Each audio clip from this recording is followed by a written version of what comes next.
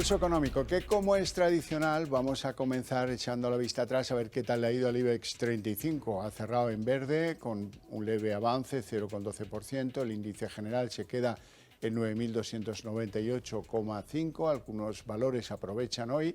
Acciona 2,11 de subida, SACIR 1,48 de subida, Inditex 1,30 de avance. En el lado de los que hoy pierden un poco el compás, los que peor, Logista 1,51 abajo, en segundo lugar Naturgy, que se deja 1,13, y en tercer lugar Celnex, que pierde 1,07. Y a continuación les vamos a adelantar algunos de los argumentos que seguro les van a interesar más de la tertulia económica que mantenemos aquí cada tarde con los mejores expertos para que ustedes no se pierdan detalle. Bueno, pues en esa tertulia que vamos a iniciar inmediatamente, tenemos que hablar del récord. El Tesoro Público ha colocado hoy 2.037 millones, era deuda de entre 3 y 9 meses, y la corta, la de 3 meses, se ha colocado al 3,5% y la larga, la de 9 meses, al 3,8%. Y en segundo lugar hablaremos de la banca española porque pues está a punto, o empieza el recorrido con Bankinter. En total van a anunciar 19.300 millones de beneficios hasta septiembre del conjunto de la banca española. Y les presento a continuación a nuestros invitados hoy. Don Juan Iranzo, catedrático de Economía Aplicada y director de Armadata. Muy buenas tardes. Buenas tardes y estoy encantado de estar aquí, eso sí, en un día convulsivo. Bueno, últimamente todos lo son. Sí, es verdad. Don Juan Avellán, profesor del IEB, muy buenas tardes. Buenas tardes también, encantado de ¿Todo estar bien? aquí. Todo muy bien. Me alegra mucho.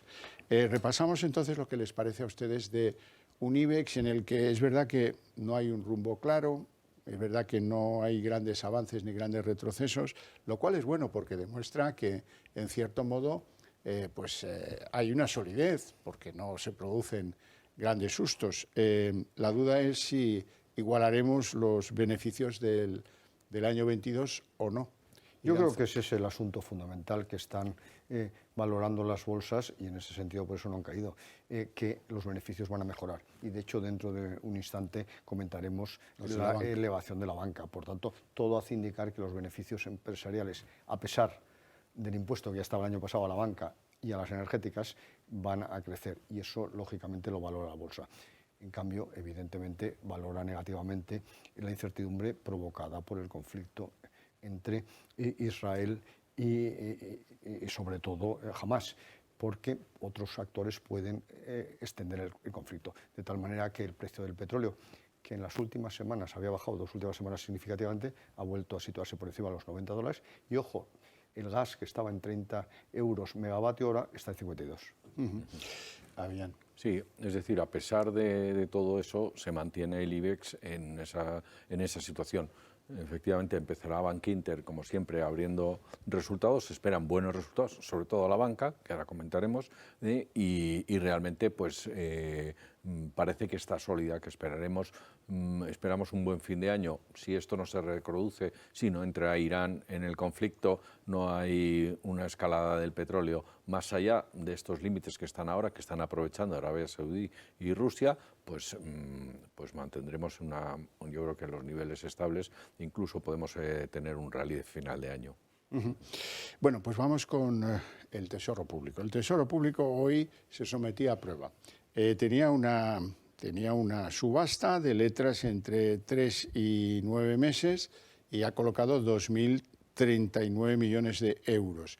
Y lo ha hecho las cortas al 3,5% y las letras a 9 meses al 3,8%, lo cual supone un récord en la subasta y la contratación de las letras del Tesoro, tanto a corto como a largo. Sí, efectivamente, a todos nosotros nos cuesta más desde hoy la financiación de la deuda pública, porque evidentemente la subida de los tipos de interés por parte, en este caso, sobre todo del Banco Central Europeo, y muy especialmente una cierta incertidumbre respecto al futuro de la economía española, pues ha hecho que haya que subir los tipos de interés para colocar esa deuda. Ya no es tan atractiva. Y en concreto, además, se han colocado 1.478 millones de euros al 3,818 y 556 al 3,590, o sea que está más cerca del 3, es decir, a cifras récord históricas, y eso es muy peligroso. Quiere decir que el déficit público en España va a aumentar respecto a los objetivos previos, puesto que el coste de financiación de una deuda creciente es cada vez más alto. Por resaltar también, tenemos ahora mismo del orden, han salido unos 15.000 millones de euros con destino a estas letras, es decir, de los ahorradores. A mí me parece insuficiente con la oferta que hay, es decir, hay, ¿cuántos? 930 y pico, 980 y pico mil millones de euros en depósitos y en cuentas corrientes, y tener 15.000 millones en letras me parece poco para lo que podía haber sido, porque todavía los bancos pues no han llegado, han subido bastante más lo que están remunerando en cuentas corrientes, pero todavía no es suficiente. Sobre todo que estamos, se supone, en el tope de tipos de interés y que de aquí o se igualan o tirarán a la baja, con lo cual yo entendía que iba a haber mayor demanda todavía. Hoy se ha celebrado el Ecofin. Algunos esperaban que en la reunión de hoy, en la que se ha hablado de la presidencia del Banco Europeo de Inversiones, saliera ya, digamos, elegida o preelegida Nadia Calviño. No hay constancia de que haya sido así. De lo que sí hay constancia es que se ha hablado de reformar las reglas fiscales, se ha hablado de aprobar el plan de recuperación español por parte del Ecofin, y hay que tener cara para presentarse, sentarse en el Ecofin y que salga la noticia el mismo día de que tú te estás negando a dar los nombres de las 100 identidades que se han llevado la parte mollar de las ayudas europeas. Un reproche que se le vino haciendo a España hace 8 meses y que sigue, pasatiempo, advertencias, no sé qué, tal cual. Pero ese nombre, ¿qué llevará la lista de los 100 que se lo han llevado crudo? Pues efectivamente es un despiporre, como vulgarmente se dice, por dos razones, o por dos alternativas. Una, si no saben en qué han destinado los recursos, es impresentable, es completamente una irresponsabilidad de gran calado, pero de mayor calado es si lo han colocado o se lo han cedido a instituciones innombrables, como parece que ocurre, porque evidentemente es absolutamente inexplicable que en 8 meses no hayan presentado esa lista. Pero también es inexplicable, yo estoy bastante enfadado con Europa, que a pesar de eso eleven la asignación a España de 143.000 millones de euros, que era el plan precisamente de recuperación y resiliencia que se había aprobado, a 163.000. Eso todavía me irrita mucho más. Y además, todo hace indicar que vamos a seguir, si se repite el gobierno, que yo espero que no, y que haya elecciones, si se repite el gobierno, creo que vamos a seguir teniendo la misma vicepresidenta económica, porque pienso que no va a ir al Banco Europeo de Inversiones. Ya veremos. Oiga, que la lista era muy sencilla, es darle un Excel, ¿eh? Los 100 que han recibido más, Excel, aquí lo tiene, se manda y ya. No estaban pidiendo quién eran los asociados mamporreros que están consiguiendo para... No. Simplemente los receptores finales de la cantidad, los 100 más importantes, se listan y se entregan. De 23.000 millones de euros, que se dice pronto. Sí. Está claro, y además es que si no tenemos a la vicepresidenta de candidata oficial y que ya hubiera salido, hemos quemado el poder haber tenido a la vicegobernadora del Banco de España, que es realmente una persona con una experiencia y que lo ha hecho magnífico. Hemos quemado una nave ahí que ha sido realmente importante. Entonces tenía que haber estado responsable del MUS en Europa, en el Banco Central Europeo, y eso ha sido hemos quemado esa nave. ¿Para qué? Para tener a Calviño en un banco de desarrollo europeo, que es un sitio mucho menos trascendente y de mucha menos influencia, entiendo yo, que además nos va menos porque somos un país que que aportamos y que no recibimos esos beneficios, pues realmente tiene poco sentido. ¿Qué más se ha hablado? Pues se ha hablado de las pujas y las peleas que hay entre si se va a reducir el déficit, no se va a reducir el déficit. España ya está presentando que va a reducir el déficit y dices, muy bien, ¿van a reducir el déficit? ¿Contra qué? Pues van a reducir el déficit contra el IVA de la electricidad y apretarnos el cinturón otra vez. Esos son más impuestos y nadie habla de reducción de gasto por ninguna parte. veremos a ver qué es Se lo que perdieron ocurre. esa clase, este gobierno. Sí. Efectivamente. Ese día no fue. Que lo que hay es que ajustar vía gasto. El gasto ha crecido a niveles de récord, no tiene ninguna justificación y menos con una inflación importante, porque la política fiscal tenía que haber sido restrictiva para luchar contra la inflación. Y además, lo normal es que no se cumplan los objetivos de déficit como tradicionalmente viene ocurriendo. Bueno, vamos con ese tema que sé que están esperando, la banca española. La banca española empieza a presentar resultados de forma inminente. Mañana es Santander, que es una de las entidades, como saben, importantes en ese sector. Pero en conjunto se espera que se anuncien unos 19.300 millones de beneficios hasta septiembre, lo cual es bastante espectacular. Sí, además es que es precisamente un trimestre en el que la banca no ha tenido que hacer aportaciones importantes. En el primer trimestre hicieron el desembolso del impuesto especial y único y temporal, o sea, características, sobre todo lo de temporal, habrá que ponerlo entre comillas, porque ya por eso no hay nadie que diga que vaya a ser temporal. En el anterior trimestre tuvieron que hacer una aportación de unos 1.000 millones de euros los tres principales bancos para el Fondo de Resiliencia, el Fondo de Sostenibilidad Europeo, y este trimestre no van a tener que hacer esas aportaciones. En el anterior el primer trimestre las aportaciones que fueron del orden de 1.500 millones, con lo cual eso es algo que va a incrementar los beneficios. Y bueno, los tipos de interés han subido, el gasto sigue estando comedido por la banca, independientemente que tiene que subir por la inflación y sigue subiendo, la morosidad está controlada, la digitalización que han llevado está dando sus resultados y yo creo que la banca sigue haciendo unos ejercicios magníficos y lo vamos a ver en el siguiente trimestre, está claro. Pues efectivamente los pasivos les sigue saliendo muy barato porque apenas los remunera, porque he podido comprobar que ese 3,25 lo pagan bancos pequeñitos, sí, ahora muy pequeñitos, marginales, etcétera. Enseñaremos la luz de la esperanza y luego la pagaremos. Efectivamente.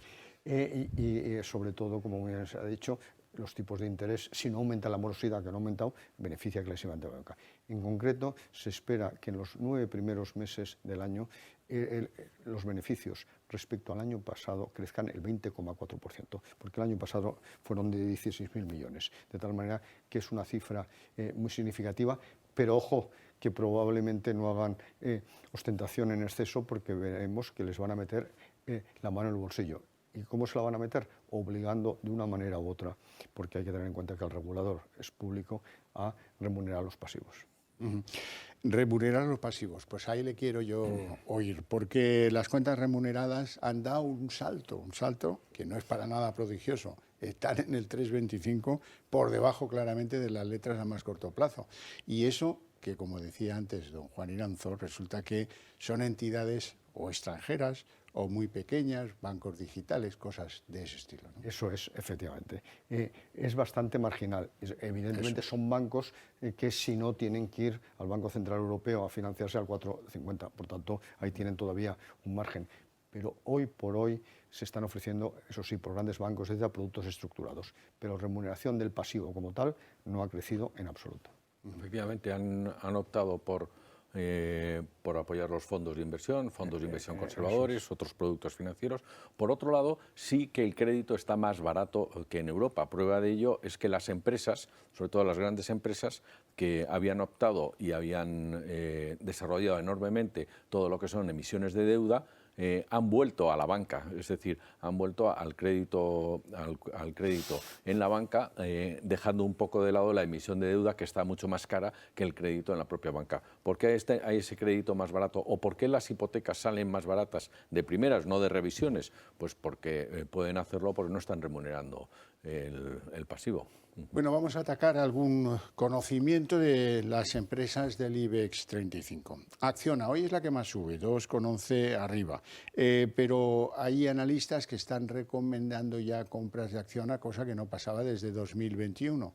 ¿Qué les parece a ustedes Acciona? Bueno, pues efectivamente sí que la EBITDA ha crecido un 52%, sí que los precios de la energía han crecido y por tanto, sobre todo, Acciona Renovables ha obtenido grandes beneficios y por otro lado parece que tiene varios proyectos en cartera importante de construcción de plantas energéticas. ¿Eso a qué ha llevado?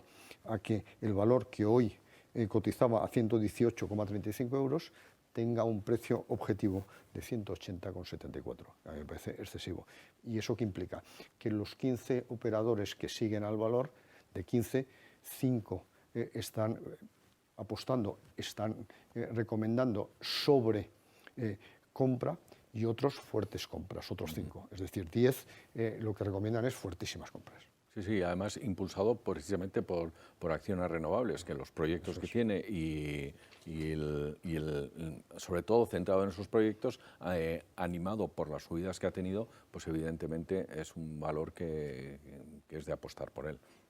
Bueno, pues hablemos de Repsol ahora, si les parece bien. Si uno hace la comparación entre quién tiene más potencial, si Repsol o algunas de sus competidoras europeas, qué sé yo, Shell, Eni, BP o Total, llega a la conclusión de que todas están aprovechando el aumento de precios petroleros, están pues creciendo en bolsa de forma bastante llamativa, pero Repsol no.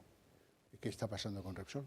Pues yo creo que ha elegido el momento menos adecuado para diversificar sus energías y ser multienergía, porque precisamente en este momento la energía que más se ha revalorizado, sin lugar a duda, es el petróleo y sus derivados. Y en ese sentido, esa apuesta en este momento probablemente sea adelantada, máxime si tenemos en cuenta que está apostando de una manera muy firme y muy concreta por el hidrógeno verde, que evidentemente es una gran opción, pero una opción para dentro de unos años. De tal manera que eso yo creo que le está lastrando, a pesar de ser una empresa que tiene una enorme liquidez para desarrollar muchos proyectos, a pesar de haber vendido algunas plantas en 5.000 millones de euros, etcétera, que le ha aportado esa liquidez. A pesar de todo ello, lleva un cierto retraso respecto a las que serían sus competidoras o serían sus comparables. Y sobre todo que sus comparables tienen una ventaja, tienen el negocio tiene mayor peso en lo que es la extracción. Y la extracción, al subir el precio del petróleo, más que el refino y la distribución, tienen mayor beneficio. Por eso, cuando el petróleo está mucho más caro, gana también Repsol, pero el resto, los que son puramente y netamente extractores, son los que más se benefician de esas subidas. Bueno, pues hablemos de cuestiones de economía internacional. ¿Está en crisis el modelo de China? La pregunta no es fácil de resolver.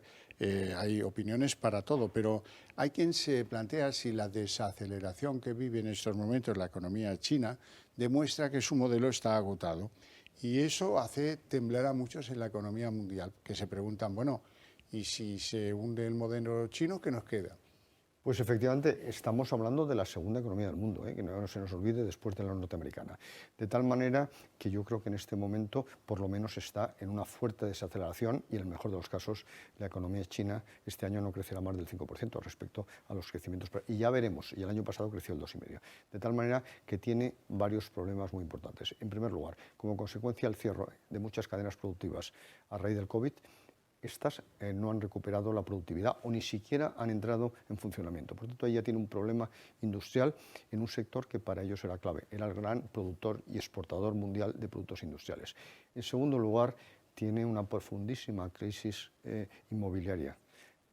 Evergrande sigue suspendiendo pagos en todos los países, pero aparte se estima que el problema inmobiliario puede superar los 4,5 billones de dólares. De tal manera que ese es un asunto muy complicado. Y de hecho hay grandes ciudades, hemos visto fotos, etcétera, o grandes mansiones en serie que están deshabitadas. Algunas están siendo habitadas incluso por el ganado. O sea, que es una catástrofe inmobiliaria de sobreproducción.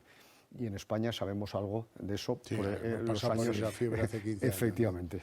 Y luego, por otro lado, es un país sobreendeudado, tanto en deuda pública como en deuda privada. Por lo tanto, la subida de los tipos de interés les ha penalizado clarísimamente.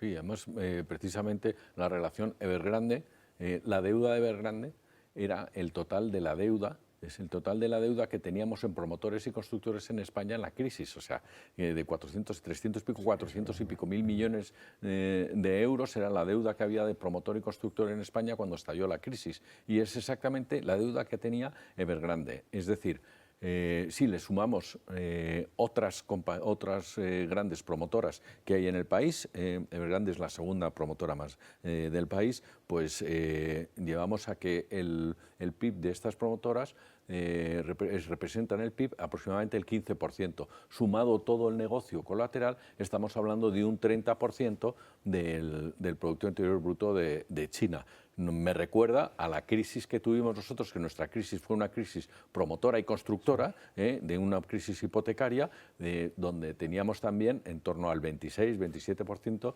del negocio o del PIB en el tema de construcción. Pero es que no solamente está ese problema en China, está el problema, como bien has dicho, de un cambio de modelo que debía pasar de industrial y de exportación al desarrollo del comercio interno. Y el comercio interno, por ese endeudamiento, entre otras cosas, no ha crecido lo suficiente como para llegar a ese cambio de modelo. Veremos cómo son las cifras y veremos, porque tampoco nos podemos fiar mucho de las cifras que publican los chinos. Es un poco... Como nosotros. Efectivamente, es lo que iba a decir. Es un poco como no nos fiamos mucho, hemos cambiado el modelo para calcular el IPC, hemos calculado el modelo para calcular el paro, etcétera, etcétera. Me suena esto un poco a crisis, cambio modelo de contabilidad y se arreglan las cosas.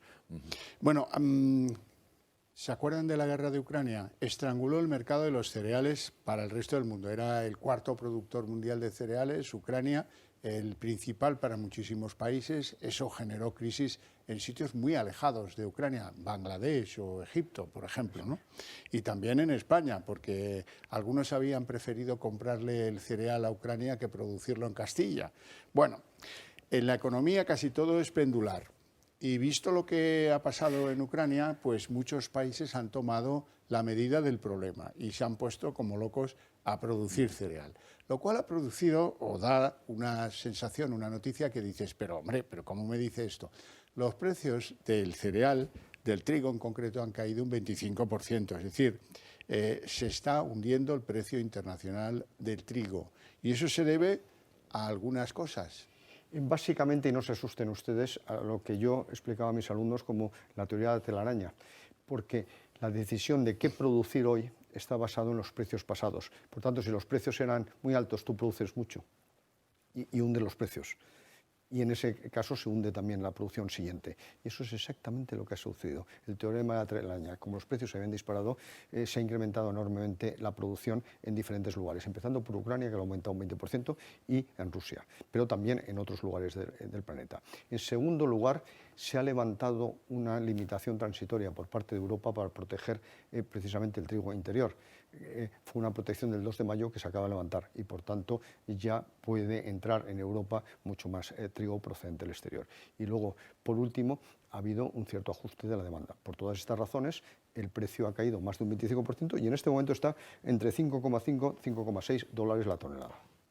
Sí, y además, ¿qué ha ocurrido? Que los países, los mayores compradores, que puedan ser pues Egipto principalmente, también Turquía y la India, tienen los almacenes al 90 y tantos % llenos, es decir, tienen meses de almacenamiento por delante de trigo. Eso que es lo que hace que si encima la producción es mayor, no solamente porque se ha producido más, sino porque las cosechas han sido magníficas, pues nos encontramos con esta caída de precios. Veremos lo que pasa dentro de 6 meses, porque esto es totalmente oscilante. Sí, hablemos un poquito de la industria alimentaria. Al final del programa, los grandes fabricantes en España empeoraron sus resultados a pesar de aumentar los ingresos a doble dígito. Es el caso del Pozo, de Capsa, de Campofrío, que esperan mejorar este año, pero que en realidad es un contexto difícil, es en el que les obligan a moverse. Sí, es decir, han subido sus ventas en 6.649 millones y el beneficio ha subido en 5 millones de euros. ¿Esto qué significa? Pues que no han trasladado en los precios de la inflación que han tenido, no han trasladado Primero, no la pueden trasladar porque si ellos trasladan directamente los precios, el consumo cae de una forma enorme. Entonces no les vale tampoco la pena, pero sí que han hecho un esfuerzo en no trasladar esos precios directamente. No sé qué es lo que que tendrán que decir, porque no se les ha oído a los políticos ante esta noticia decir absolutamente nada de cuando decían que eran pues los que se estaban aprovechando de la familia, de la inflación, de la cesta de la compra, que eran los responsables. Todas estas empresas eran los responsables, los monstruos de los empresarios que se estaban beneficiando de la inflación. Bueno, pues no tenemos tiempo para más, lo dejamos aquí con mi agradecimiento a ambos, a los profesores por su presencia en el programa y aún más por sus opiniones, como a ustedes por su interés por el programa, pero para ustedes tengo premio. A la vuelta de publicidad arrancamos aquí la redacción abierta de la tarde.